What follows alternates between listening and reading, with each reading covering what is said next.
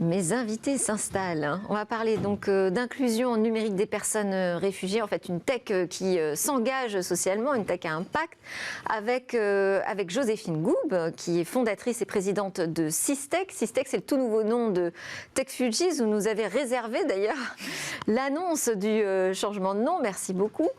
Donc Systech, c'est une association qui existe depuis 2017, qui a été créée par vous donc en 2017 à Paris pour soutenir l'émancipation des femmes réfugiées en leur permettant d'accéder à l'emploi, un emploi qualifié et durable, l'emploi de leur choix, mais dans le secteur des technologies et de l'innovation numérique. À vos côtés, Benoît Hamon, directeur général donc, de Singa Global. C'est la tête de réseau de Singa dans le monde, une organisation internationale, qui crée du lien entre les personnes exilées et les locaux pour qu'ils créent ensemble, qu'ils montent ensemble, qu'ils élaborent des projets sociaux, culturels et entrepreneuriaux. Et vous avez notamment mis en place un parcours entrepreneurial dans le but de contribuer à l'innovation via les migrations. Alors justement, je voulais qu'on commence par là, ce lien que vous voyez tous les deux entre l'immigration, les réfugiés et l'innovation. Joséphine, moi, non, bon. Allez. Écoutez, alors, il se nourrit à la fois de l'observation, le fait que l'inclusion des personnes, des nouveaux arrivants, qu'ils soient réfugiés pour des raisons politiques ou qu'ils soient venus chez nous pour des raisons économiques, plus ces personnes sont incluses, c'est-à-dire plus on exploite ou on valorise leur potentiel, leur talent, plus les entreprises dans lesquelles ils se trouvent sont performantes et plus ils innovent. Alors pourquoi innovent-ils ? Tout simplement parce que l'interculturalité, la possibilité de proposer plusieurs regards sur un même problème, offre davantage de chances de résoudre. La qualité de la diversité. Oui, et aussi de l'interculturalité, au sens où chacun y arrive avec un bagage, une culture, une manière d'appréhender une question qui n'est pas forcément celle issue de nos grandes écoles et de notre culture, qui est une culture principalement occidentale. Et cette richesse-là est une richesse pour les entreprises, mais pour les sociétés en général. Donc le choix de l'inclusion, c'est aussi le pari de l'innovation et l'assurance que derrière, il y aura de l'innovation. Alors dans tous les domaines, et Joséphine connaît ça sans doute mieux que moi, mais ce que nous observons dans les entreprises qui sont incubées au sein de chez Singa, on a aujourd'hui 8 incubateurs en Europe, bientôt 10 cette année. Donc des entreprises incubées, mais ce sont des entreprises qui sont créées ici par des personnes qui ont un statut de réfugié. Réfugiés ou des personnes qui sont arrivées, qui sont des personnes, des immigrés et qui veulent créer une entreprise. Dans tous les domaines, et ce qui lève tous les préjugés qu'on peut avoir, c'est que effectivement la tech est un des domaines dans lesquels on trouve beaucoup de projets d'entreprise, mais ça peut être la gastronomie, ça peut être la mode, ça peut être l'éducation, tous les domaines sont concernés. C'est quand même près de plus de 350 entreprises qui ont été créées grâce aux incubateurs Singa. Et ce qui est très intéressant, c'est effectivement de voir que dans le domaine de la tech, et tous les aspects de la tech, d'ailleurs, que ce soit la fintech, en matière d'éducation, il y a énormément d'entreprises créées par des réfugiés qui aujourd'hui se sont envolées, ont pris leur essor et ne demandent qu'à se développer davantage. Vous avez aussi de beaux exemples Oui, alors nous on est parti d'un constat différent et on n'est pas parti de l'entrepreneuriat. Nous on fait de l'inclusion professionnelle dans les boîtes de la tech, c'est quand même un secteur en croissance énorme. Et en manque de talent. Et en manque de talent féminin, d'abord, mais aussi de talents divers, parce qu'on ne parle pas que de la diversité en termes de statut administratif, on parle aussi culturellement, socialement. Et c'est parti d'un constat Systech, c'est que ces femmes réfugiées, à 81%, elles n'étaient pas, après 5 ans dans ce pays, elles n'étaient pas en emploi alors qu'elles étaient très qualifiées. Donc on a voulu faire se rencontrer la demande de ce talent des entreprises avec ces femmes très qualifiées qui ne voulaient pas se retrouver dans une sorte de déclassement social en travaillant dans des jobs qui sont un peu moins compétents. Et quand vous dites très qualifiées, alors elles arrivent avec quel type de qualification ? Ce sont des entrepreneuses du numérique, par exemple, par le passé, et qui se retrouvent aujourd'hui en recherche d'emploi. Comment vous allez chercher les profils ?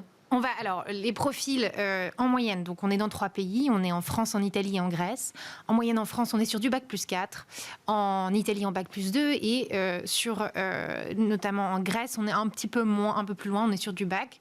Mais ce sont des femmes qui ont été avocates, qui ont été docteurs, qui ont été journalistes et elles sont donc capables de faire beaucoup de choses intellectuelles qui mériteraient qu'on les regarde différemment. Et si vous les orientez vers les métiers du numérique, c'est parce que c'est là où il y a une forte demande ?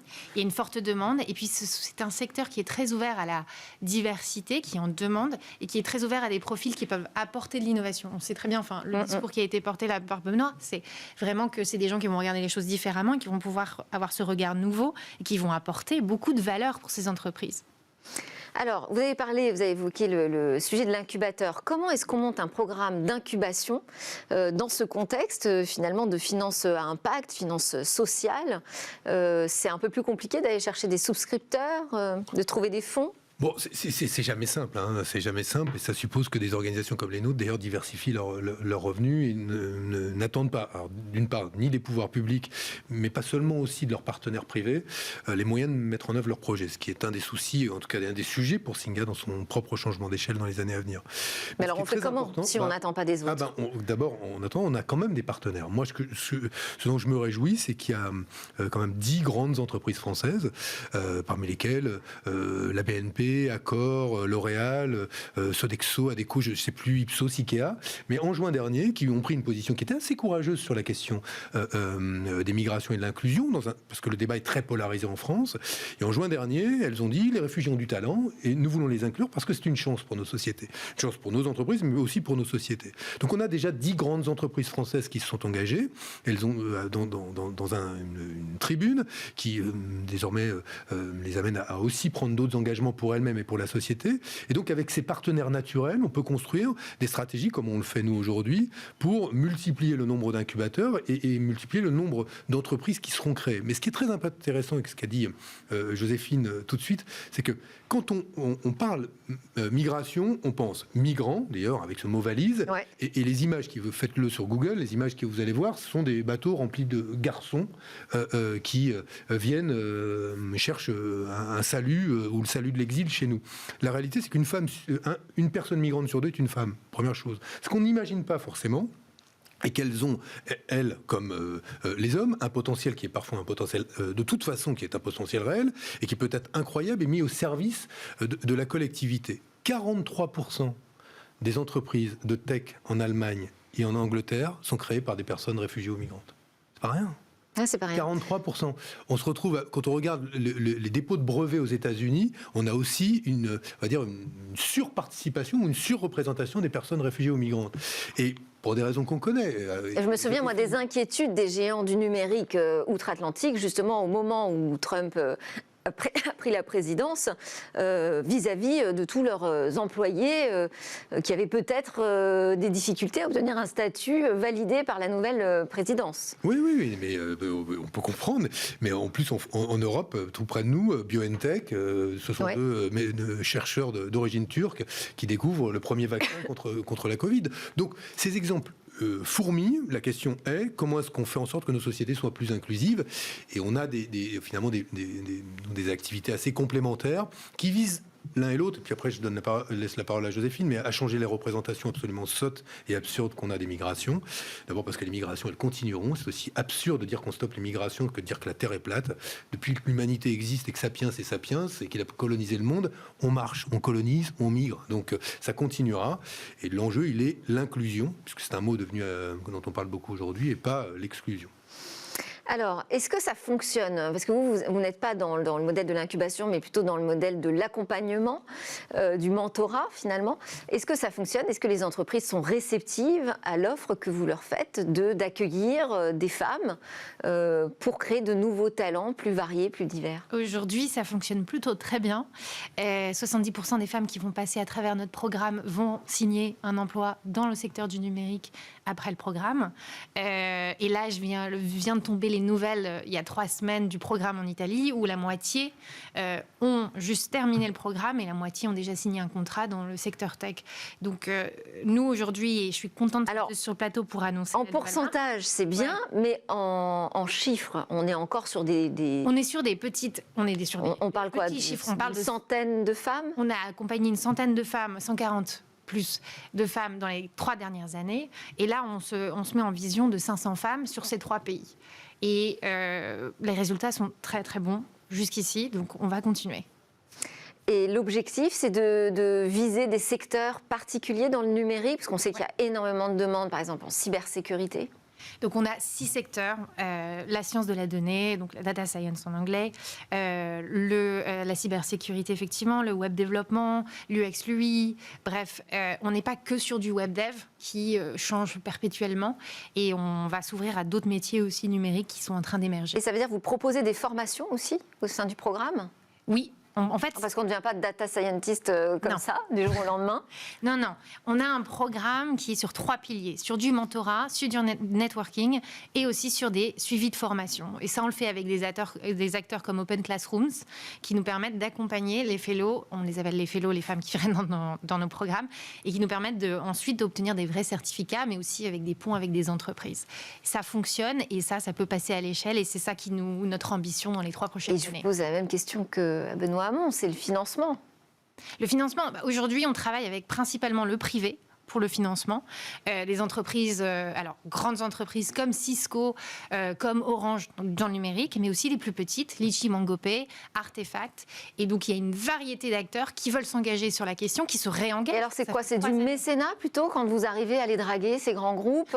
Non, c'est du mécénat, c'est un engagement vraiment sociétal, ou derrière, il y a aussi une utilité, ils y voient une utilité pour leurs activités ? Alors, il y a des entreprises, nous on travaille beaucoup avec le groupe Generali d'assurance, qui a une fondation qui s'appelle THSN, et qui est engagé très durablement avec nous, qui est un de nos gros partenaires, et qui s'engage sur non seulement la création de nos incubateurs, mais sur l'évaluation de nos impacts, et le fait de le faire sur le long terme.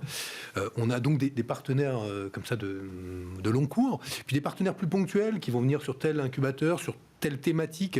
On fait un incubateur par exemple européen avec nos amis de Singa, en tout cas les Singa France et Singa Berlin à Strasbourg, où là on va être tourné sur des problématiques plus spécifiques.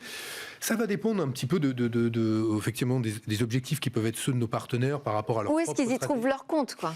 Des fois ils y trouvent leur compte juste dans le sentiment de faire. Ouais. Mais réellement, ouais. J'ai rarement moi une discussion avec nos partenaires sur qu'est-ce que on va gagner en termes de communication à faire cela. D'abord parce qu'aujourd'hui, honnêtement, communiquer sur la question des migrations, ça peut avoir un coût en interne, c'est pas simple. Beaucoup des partenaires qu'on a, je sais pas ce qu'ils disent, toi Joséphine, mais disent, c'est pas simple en interne de dire qu'on va avoir un engagement sur la question des migrations, et en externe aussi, ça peut avoir un coût. Donc moi je considère que je pars pas du principe que tout le monde se dit, c'est dans un coup à 15 bandes, je vais y gagner à la fin. Il y a aujourd'hui une vraie volonté, d'abord de valoriser des talents, parce qu'ils existent, et de révéler ces talents à nos sociétés et d'être beaucoup plus inclusifs que nous le sommes. Et je pense que là-dessus, on est en ligne avec des acteurs privés, des acteurs publics, je m'en réjouis, certaines collectivités locales et tout un écosystème d'organisations qui le disent depuis longtemps. C'est en ligne aussi avec le sujet d'une immigration contrôlée sur certains métiers, parce que finalement, là, le sujet dont on parle, c'est ça, hein, c'est développer aussi la capacité d'embauche, d'emploi en Europe. Chez nos partenaires, en tout cas, la valeur pour laquelle ils viennent chez nous, c'est pour recruter des personnes réfugiées qualifiées, qui ont envie d'apprendre. C'est surtout la capacité d'apprendre. Et c'est la première chose qu'ils trouvent. Ils comprennent qu'ils ont en face d'eux des personnes qui pensent différemment, qui parlent plusieurs langues et qui pensent le monde dans son côté global. Et les entreprises du numérique, c'est quand même beaucoup ça. Ouais. Donc la première valeur qu'ils trouvent chez nous, c'est ça. La deuxième aussi, où ils s'engagent réellement, ils financent des bourses chez nous qui permettent à ces femmes de passer à travers le programme. Et quand je dis passer à travers ce programme, c'est-à-dire de payer tout ce qui est autour, les obstacles. Parce que ce qu'il y a un truc où on a construit un programme dédié pour les femmes, c'est qu'on a vu qu'il y avait des challenges, des défis spécifiques à ces femmes, c'est-à-dire il y a les enfants, il y a la charge familiale, il y a la langue qui n'est pas encore maîtrisée, il y a un manque de confiance en soi, et donc on opère sur ces choses-là et on travaille pendant 6 mois. Donc c'est pas que de la recherche d'efficacité, c'est d'ailleurs je l'ai titré comme ça, hein, notre discussion, c'est de l'aide humanitaire aussi. Humanitaire, on n'est pas là. Je pense non, vous le sentez pas comme ça ? Non, on est Pas dans l'humanitaire. Non, pas dans l'humanitaire. Non, parce que l'humanitaire, c'est un peu la gestion de crise, c'est des situations un peu extrêmes. Là, on est finalement en aval des migrations, c'est-à-dire au moment où la question se pose de l'inclusion et de la place qu'on trouve dans une société. On pourrait avoir des milliers d'exemples, mais si on reste dans le domaine de la tech, je vais vous prendre 2 exemples d'entreprises très différentes qui ont été incubées récemment par Singa en Allemagne. Carbone Mobile, qui est une boîte absolument géniale, qui a fait le premier smartphone entièrement en fibre de carbone. Elle est passée par nos équipes, et voilà une entreprise qui se développe. Et en France, je vous donnerai cet exemple. Alors s'il y a des étudiants qui nous regardent, ils vont m'en vouloir, mais on a une société par exemple qui est incubée en ce moment par Singa à Paris, qui s'appelle Remotion, et qui va, grâce à l'intelligence artificielle, permettre de sécuriser les examens en ligne pour vérifier si finalement un candidat tricherait derrière son écran grâce à l'intelligence artificielle, ce qui permet finalement de s'adapter à une évolution qui va être probablement le développement des examens en ligne, sans lien avec la crise sanitaire, mais parce que des grandes écoles ou des universités souhaiteront le faire, et en garantissant la sécurité de ce type d'examen. Ce genre de projets qui sont à très haute valeur ajoutée, qui sont très technologiques, ils sont hébergés dans des incubateurs ou des écosystèmes qui sont assez rudimentaires. Chez nous, vous ne trouverez pas des écrans partout, vous y trouverez la simplicité de lieux dans lesquels on partage des expériences, du mentorat, parce qu'il y a effectivement des personnes qui viennent de grandes entreprises qui partagent leur expérience, leurs compétences, et à la fin, il y a des dizaines d'entreprises qui sont créées. Point important, parce que j'insiste là-dessus, 60% des entreprises qui sortent des incubateurs Singa sont toujours en vie 3 ans après. C'est pas rien. Ce qui veut donc dire qu'on a des entreprises qui s'inscrivent là sur le long terme. Et c'est la raison pour laquelle nous, aujourd'hui, on se tourne vers l'écosystème des grandes entreprises françaises, des grands bailleurs privés, pour leur dire aidez-nous à développer cela, parce que ça fabrique du lien, là où aujourd'hui on a l'impression que l'humeur autour de nous fabrique beaucoup de discorde. Je rebondis sur ce que dit Benoît, parce que je pense qu'on n'est pas sur de l'humanitaire, on est sur du social. En tout cas, les femmes qu'on voit, elles sont dans une précarité sociale. Et l'humanitaire, c'est vraiment de l'urgence. Et là, nous, on les replace dans un parcours qui est durable. Vous arrivez effectivement plus en aval. On est plus en aval. Et puis, c'est un peu violent de dire qu'on ferait de l'humanitaire avec ces personnes-là qui sont qualifiées. Et ce qu'on essaye de créer, vraiment, je pense, c'est de dire on va créer du choix pour ces femmes alors qu'elles n'en avaient pas. Quand elles arrivent ici, on veut vraiment les mettre dans des boulots qui sont peu qualifiés parce qu'on leur dit ça va être ta seule porte de sortie. Et je suis ravie qu'il y ait Singa, qu'il y ait d'autres associations aussi qui se battent sur l'entrepreneuriat sur lequel on ne travaille pas, parce que ça offre un choix à ces personnes qui aujourd'hui étaient très restreintes dans leur choix, voire on leur disait de toute façon t'as pas le choix, est-ce que tu es réfugié, et c'est ce qu'on essaye de créer. Ça marche, ça grandit, on est nombreux, on grandit tous, on est en croissance, et donc il faut vraiment nous mettre dans l'humanitaire, ce serait pas comprendre ce qu'on est en train de faire. Très bien, je vais changer mon titre en cours de route, il n'y a pas de problème. On ne saurait pas faire ce job-là. Oui, je pense non, mais c'est intéressant. C'est intéressant de faire changer le point de vue aussi là-dessus. Ma question aussi portait, je vous ai interrogé sur les modes de financement, sur le financement participatif. Je n'ai pas vu dans vos activités ce choix-là. Bon, en fait, on a les uns et les autres, on fait appel à du bénévolat. On a un programme dont on parlait nous tous les deux avec Joséphine juste avant. C'est qu'on a un programme, par exemple, en France et en Belgique qui s'appelle J'accueille, qui repose sur le fait que des personnes réfugiées sont accueillies au domicile de Français ou de Belges en l'espèce. Donc là, il y a une plateforme de mise en relation. Ce qui leur permet de faciliter justement leur apprentissage de la langue, bénéficier du réseau social des personnes qui vous accueillent, et donc de trouver sa place plus rapidement. Donc on a un énorme bénévolat. Singa, c'est à la fois une entreprise sociale, mais aussi une communauté de 80 000 membres entre l'Amérique du Nord et l'Europe. Donc tout ça, c'est de l'engagement, c'est du temps que je donne les gens. Il peut y avoir des dons, mais c'est vrai qu'aujourd'hui, nous, notre choix, notre parti pris, il est de diversifier notre activité en développement du conseil, et notamment du conseil en management interculturel ou en recrutement inclusif. On va se développer là-dessus parce qu'on considère quand on a tant de personnes qui ont fait l'expérience du système et de ce qui ne marche pas, mais aussi de ce qui marche. Ça peut être tout à fait profitable à toutes ces entreprises qui s'intéressent à la manière dont le management interculturel peut faire évoluer un service, produire de l'innovation en interne. Puis ça tombe bien parce que l'Europe est en train d'y travailler en matière de taxonomie sociale, donc toutes les entreprises devront s'y mettre, et donc c'est bien qu'elles anticipent en travaillant avec nous. Mais ça, je pense que vous allez travailler main dans la main parce que la question de l'accompagnement, effectivement, en entreprise de personnes réfugiées, ça doit être expliqué. Merci beaucoup à tous les deux. Joséphine Goub, fondatrice et présidente de Systech, et Benoît Hamon, directeur général de Singa Global. On part en pause et juste après on se retrouve pour étudier le phénomène du déclin des insectes avec Cédric Villani.